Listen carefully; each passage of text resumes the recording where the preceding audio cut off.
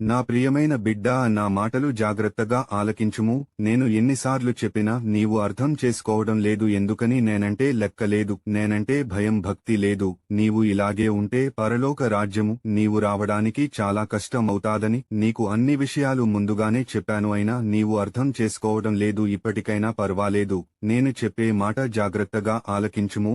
నీవు నా మందిరానికి వచ్చినప్పుడు నీ ప్రవర్తన ఎలా ఉందో ఎప్పుడైనా ఆలోచించావా? ఎప్పుడైనా గమనించావా? లేదు కదా. ఇప్పుడు చెబుతున్నాను, జాగ్రత్తగా ఆలకిస్తావా? నీవు మందిరానికి వచ్చినప్పుడు నీ సెల్ ఫోను స్విచ్ ఆఫ్ చేసుకుని రమ్మని చెప్పాను. అయితే నీవు ఏం చేస్తున్నావు అంటే స్విచ్ ఆఫ్ చేసుకోకుండా మందిరమునకు వచ్చి కూర్చుని దిక్కులు చూస్తూ ఉంటావు. అలాగే సెల్ ఫోను ఓపెన్ చేసి WhatsApp, Instagram, ShareChat, Twitter, Messenger, Facebook ఇంకా రకరకాల యాప్లు ఓపెన్ చేసి చెడు వ్యసనాలు చూస్తూ ఉంటాడు. నీవు మందిరమునకు వచ్చినప్పుడు ఇలాంటివి చేయవద్దని పదే పదే చెప్పాను.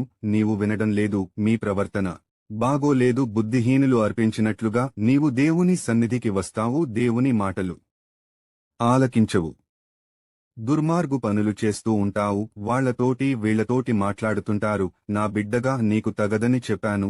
నీవు మారతావని, నీకు హృదయ పరివర్తన కలిగి జీవిస్తావని చూస్తున్నాను. అయినా నీలో మార్పు రాలేదు. ఇలా ఉంటే నీవు పరలోక రాజ్యమునకు రావు, నరకానికి వెడతావు. కాబట్టి ఇకనైనా మార్పు చెంది హృదయ పరివర్తన కలిగి బాగుపడతావని నేను మరొకసారి హెచ్చరిస్తున్నాను, గద్దిస్తున్నాను. బైబిల్ వాక్యమును చదువు. ప్రసంగి గ్రంథము 5వ అధ్యాయము.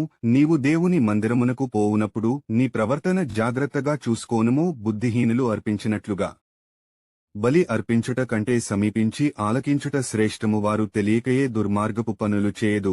నీవు నా మాటలు విన్న తర్వాత ఈ రోజు నుండి అయినా నీ మనసు మార్చుకుని హృదయ పరివర్తన చెంది దుర్మార్గు పనులు మానివేసి నీవు నాలో ఉంటే నేను నిన్ను ఆశీర్వదిస్తాను, దీవిస్తాను, నిన్ను పరలోకమున చేరుస్తాను.